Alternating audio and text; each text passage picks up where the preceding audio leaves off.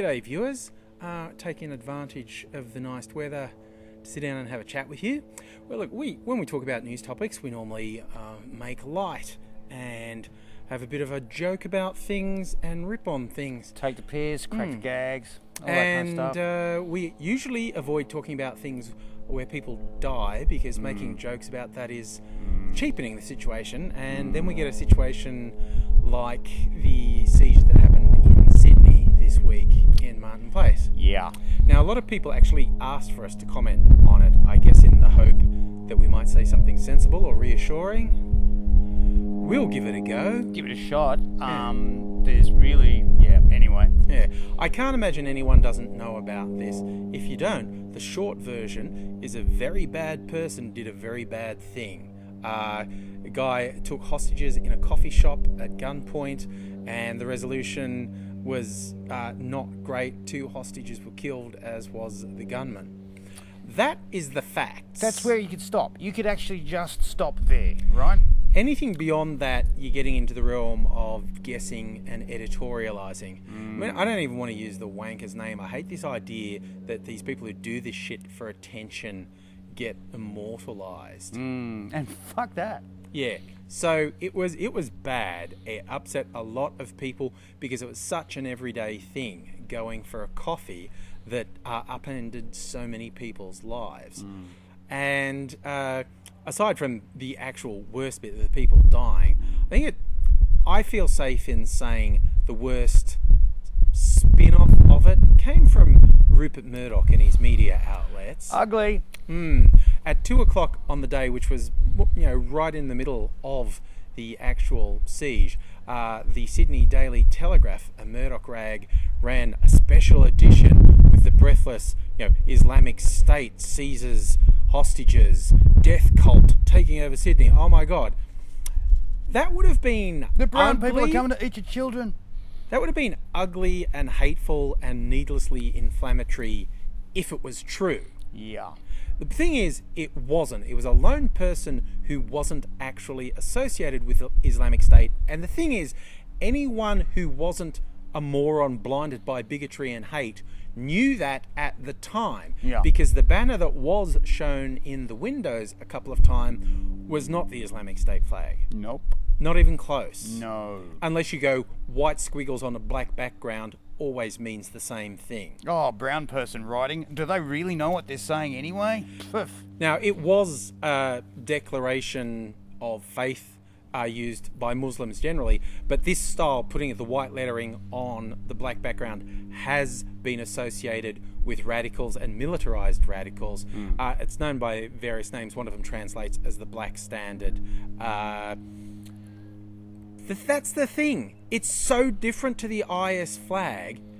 Anyone who put any thought into it would know this person is clearly not part of Islamic State, or he'd have an IS flag, but they ran with it anyway. You know what they do with kids in year 3, like, because they're 9, right? They get 2 photographs, and one's got a teddy bear wearing white pajamas, and the other one's got a teddy bear wearing red pajamas, and they say, what's different? I wonder if these journalists could have done that. I don't think so. There's basically 2 possibilities.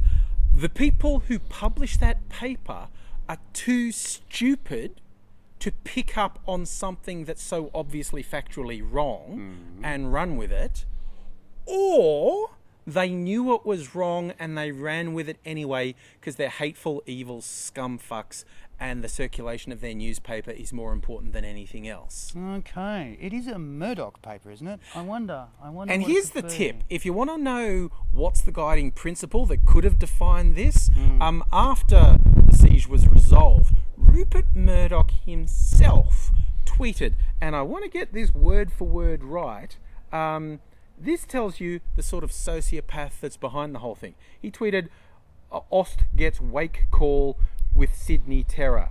Only Daily Telegraph caught the bloody outcome at 2 a.m. Congrats. No expression of sadness or horror at what had happened. No empathy for the victims. Actually saying congratulations. That's what is behind the Daily Telegraph. And the fact that he is so awful that there is just no empathy whatsoever in that awful, dried up, shriveled lizard heart in the husk of a...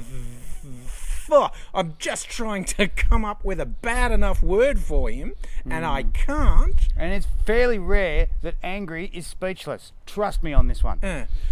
That, I think, aside from the general hate and bigotry that did spring up in the public and the media, that laid out the worst reaction to an awful situation. But let's not finish on the bad. We actually had an up. Believe it or not, in an awful situation, a really strong positive came out. And it was very cool. There was a hashtag that was the #1 trending thing in the world for a while. It's called I'll Ride With You. Started with one young lady in Sydney because what she realised, she actually saw someone else basically say the same thing. It's like, I realise Muslim people are going to be scared to go outside now. They are generally subject to abuse and random physical attacks here.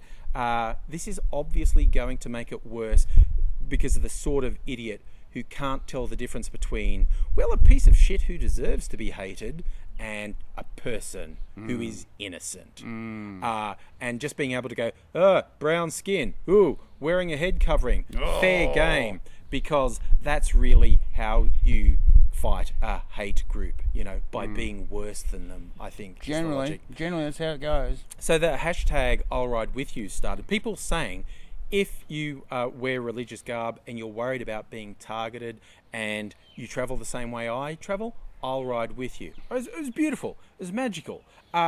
And of course, lots of people got onto it too. It wasn't just like a few. It was lots and lots of people said, no, it's cool. I'll be with you on this one. It will be sweet. Yeah, and it got noticed worldwide. Like, was the #1 trending hashtag for a while. So it was really uplifting to see people being positive. It was quite strange how the bigots responded to that in a predictable way, but some media commentators essentially saying, showing any empathy for innocent Muslims means you don't have any sympathy for the victims of the siege. Well, that's obvious.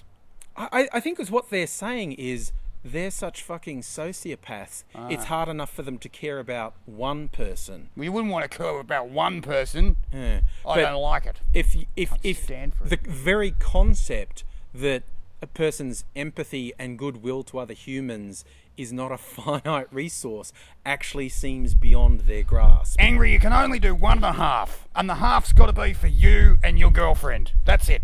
I'm sorry, we can't go any further. I think that's what they were thinking, but yeah, if we're going to sign off, look, seeing that positivity was good, but there's no getting around.